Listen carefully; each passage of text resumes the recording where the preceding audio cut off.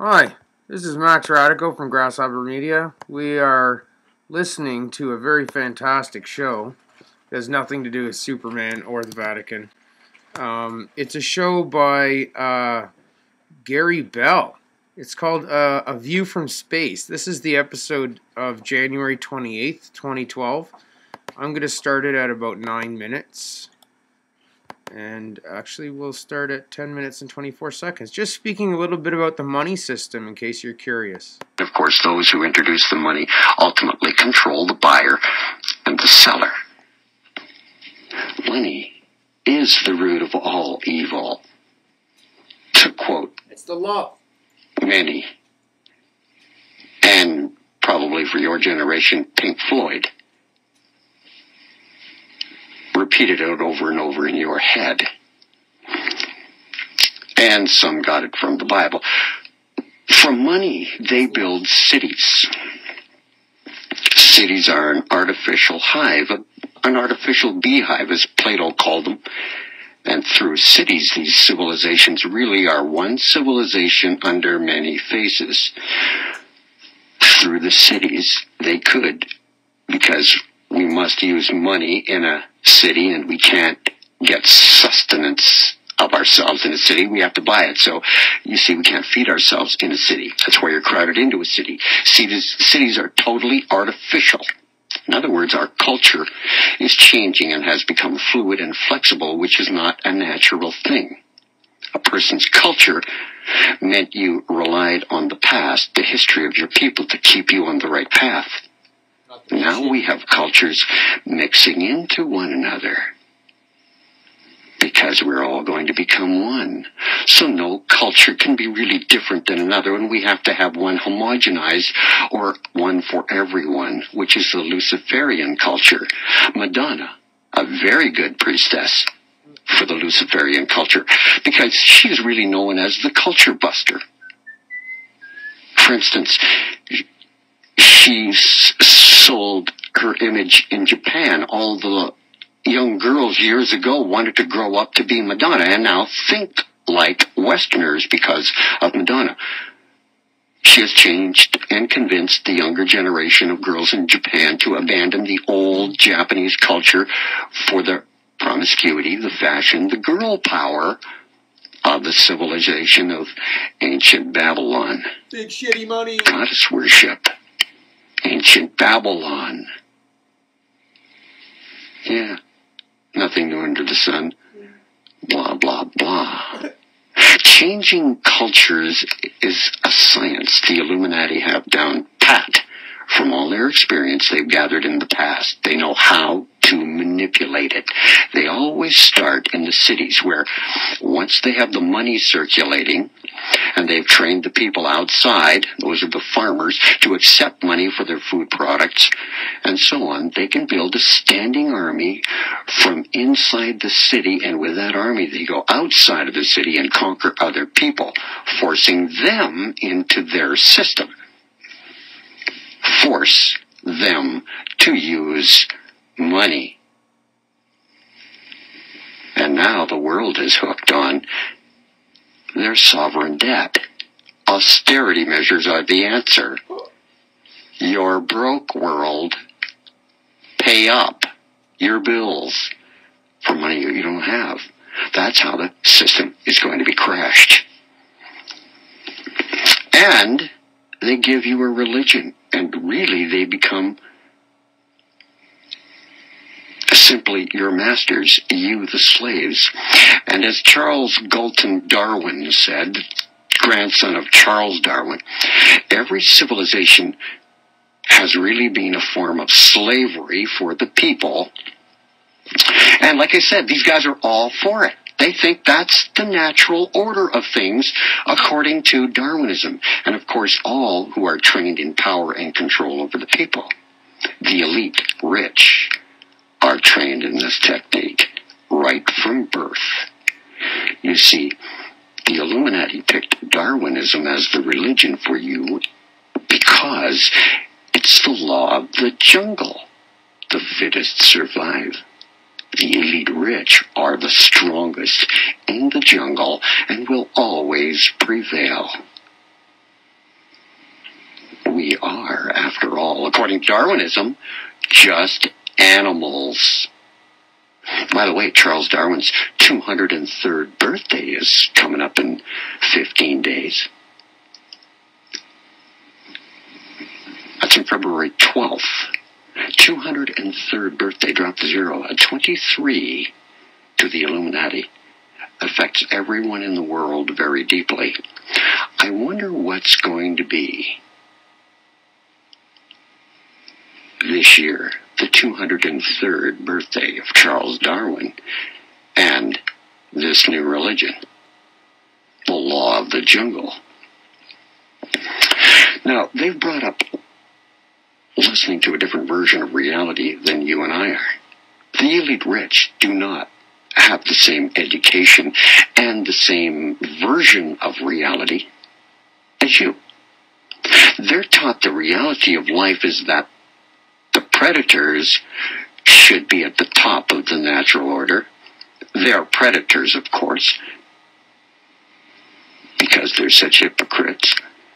As good predators, they can't tell the rest of us how they're really feeding off of us or manipulating us for different ends, because we don't understand these things, and those with the low IQs, the little people at the bottom of the pyramid, you must remember, must be kept in the dark. You know what they call you. What they teach their children to call you. You're the profane. Profane in Masonry means those in darkness, base people, which is a real hypocrisy in itself, because it's like, I don't know, breaking the legs of a long-distance runner and kicking that person after you break their legs because they can't get up and run and win for you. That's the hypocrisy of the system, and that's how they view the public. They've broken your legs. And they hit you because you can't get up and work for them and make larger profits, maximize the shareholder value. We're pathetic. And of course, they claim that we need them. The elite rich are too big to fail. It's like saying that the mice in the fields need the hawk. This is the logic of the predator. From the days of Babylon and before Babylon, they called them the Harappans. One of the most mysterious cultures of the ancient world is the Harappan civilization. This culture existed along the Indus River in present day, are you ready? Pakistan. It was named after the city of Harappa, which it was centered around. Harappa and the city of Mohenjo-Daro were the greatest achievements of the Indus Valley civilization. These cities were so well known for their impressive and organized layout. Over 100 other towns and villages were built in the surrounding areas. The Harappan people were literate, used the Dravidian language. Only part of this language has been deciphered today, by the way, leaving a lot of questions about this civilization unanswered. Of course, history is not going to tell you the truth. And may I reiterate the question I started with? Remember, I asked the question at the start of the show. Are you one of those people who accept the world as it's been presented to them? Harappans, their civilization, a lot of questions unanswered. It is written in history that the Harappan civilization was urban and mercantile, meaning a meeting together of people for the purpose of buying and selling, private purchase and sale. Inhabitants of the Indus Valley traded with Mesopotamia, southern India, Afghanistan, Persia, for silver, gold, copper, and turquoise. Turquoise is a mineral that's bluish, blue-green, or greenish-gray hydrous basic phosphate of copper and aluminum. It takes a high polish, and it's valued as a gem when it's sky blue. The Mesopotamian model of irrigated culture was used to take advantage of the fertile grounds along the Indus River. A lot of food was grown earthlinks were built to control the river's annual flooding. They were really advanced.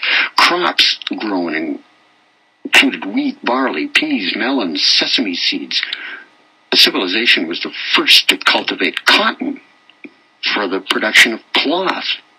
Some animals were first domesticated in Harappan culture, including the elephant, which was used for its ivory, of course.